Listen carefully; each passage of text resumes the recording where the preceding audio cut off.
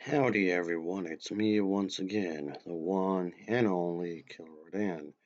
The thing is that for this particular video, I'm going to be reviewing an anime TV series, even though I don't really talk about shows all that often. Nothing against them, they're just not something I would typically do. But anyway, I'm going to be reviewing Barbie: A Touch of Magic Season 2. I've spoken about the first season of this quite a while ago. Okay, it wasn't that long ago, but it's been a hot minute, and I was just debating to discuss this or not because, like I said, it's been a hot minute, and I've been meaning to talk about this anyway at some point, but I felt like I just dragged my feet way too much. But anyway, so here we go. Of course, the first season was released in 2023. Uh, yeah, the first season was released on Netflix USA September 14th, while the second season was released in the following year of April 18th of 2024. But I guess that means I'm kind of late on this to some extent. Okay, more than a year, so very late on this. But then again, like I said before, I'm not really a TV show person, not really, so I don't review TV shows all that often. I just done it like once in a blue moon, I guess, just here and there. That's about it, if at that. But anyway, whatever. Of course, as always, let's talk about the plot, shall we? Here we go. So for this season, of course, it centers around the idea that there is this magical quest called gem that went missing. Yes, quite clearly, this caused a bit of a problem. Quite clearly, so Barbie and Barbie, yeah, those two Barbies here, one from Malibu and one from Brooklyn, all of which are going to be on the case. They just have to solve the case here. Quite clearly, there's going to be elements of magical stuff going on. So I guess the people behind this show are trying to go for more of a fantasy feel for this. I'm like, okay. Seems kind of random because in some of the other shows that came out before that didn't really show this aspect of the show, so it kind of feels like random in some ways. But anyway, point being, they're on the case quite clearly. This really complicates their lives because due to the fact they are balancing their teenage lives in Malibu and their trip to the magical realm, which they have to go to, of course. Quite clearly, yes and yes and yes, they do encounter new wild, cool friends throughout the entire thing. So there was that. Yes, quite clearly, the theme of fantasy, friendship, and family are brought here to kind of just enlighten the audiences, of course. And then that's like the overall story of this, really. And then yes, for each individual episode, you can have its own thing. Quite clearly, you can focus on its own thing.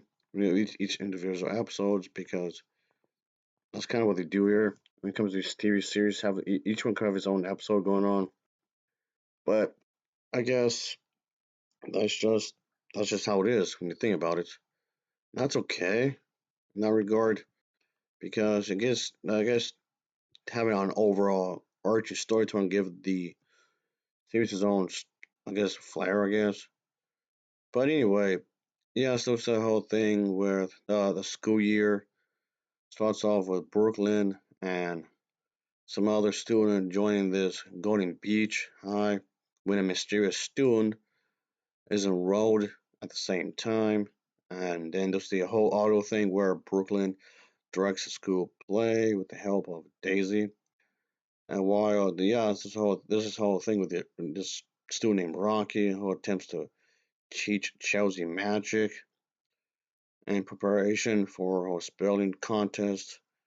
So stuff like that. And then there's a whole bit where Brooklyn and Malibu attempt to save somebody's art show at the museum from this magical thing. And if it's not that, there was this whole thing with Skipper, one of Barbie's sisters, does invite this individual over to the dream house for a new club thing. So yeah, each individual episode have its own kind of thing going on, like I was saying earlier. So okay, I guess that's something that has to be done with this kind of a thing. Sure.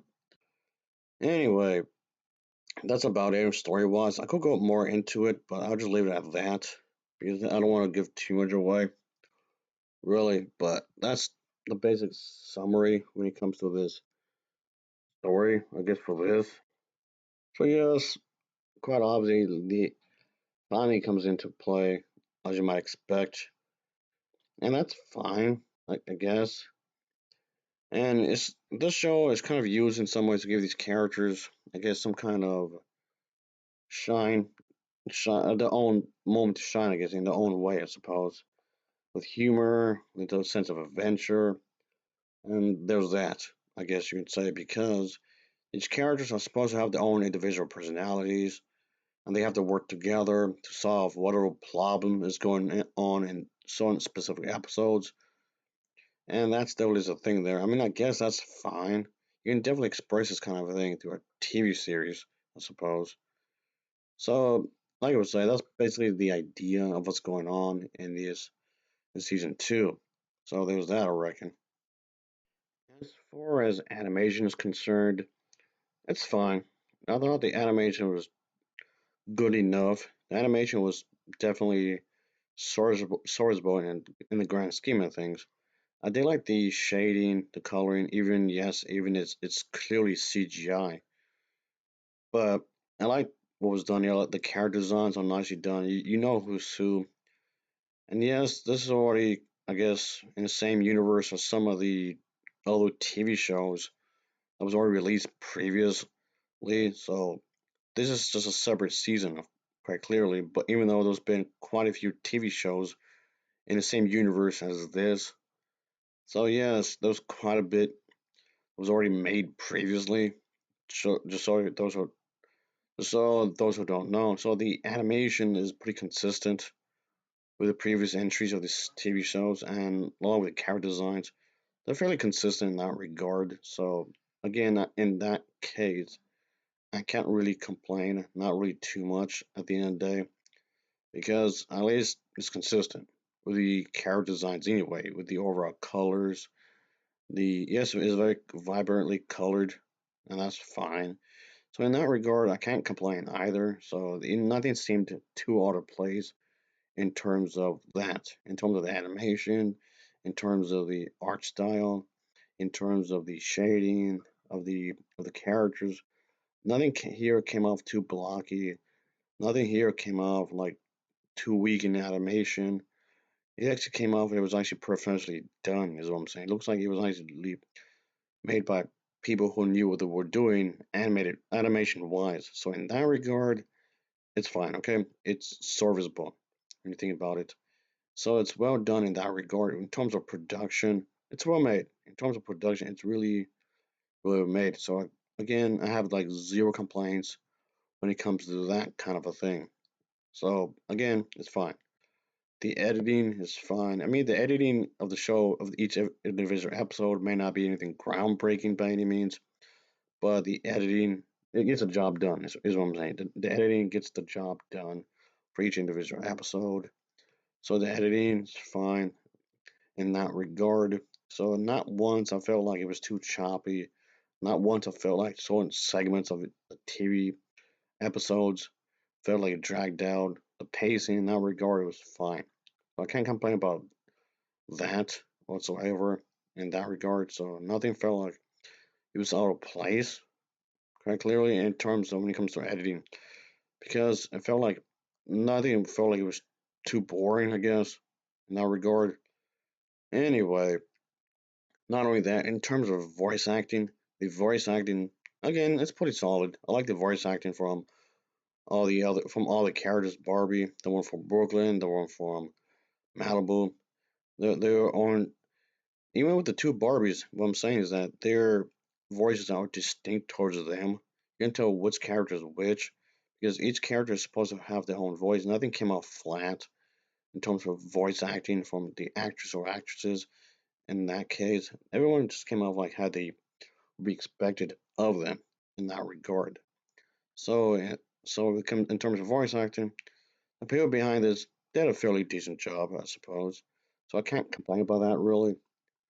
But anyway, all right. So in terms of the voice acting, in terms of the singing, the way the lyrics are done, it's fine. Okay, it's done. It's done in the way it's supposed to be, and it's decent enough. Is what I'm saying. The singing is decent enough. It's enough to be serviceable for what this kind of a show is going for, I guess.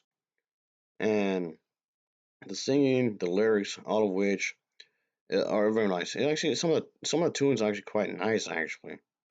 At least as far as I'm concerned to begin with.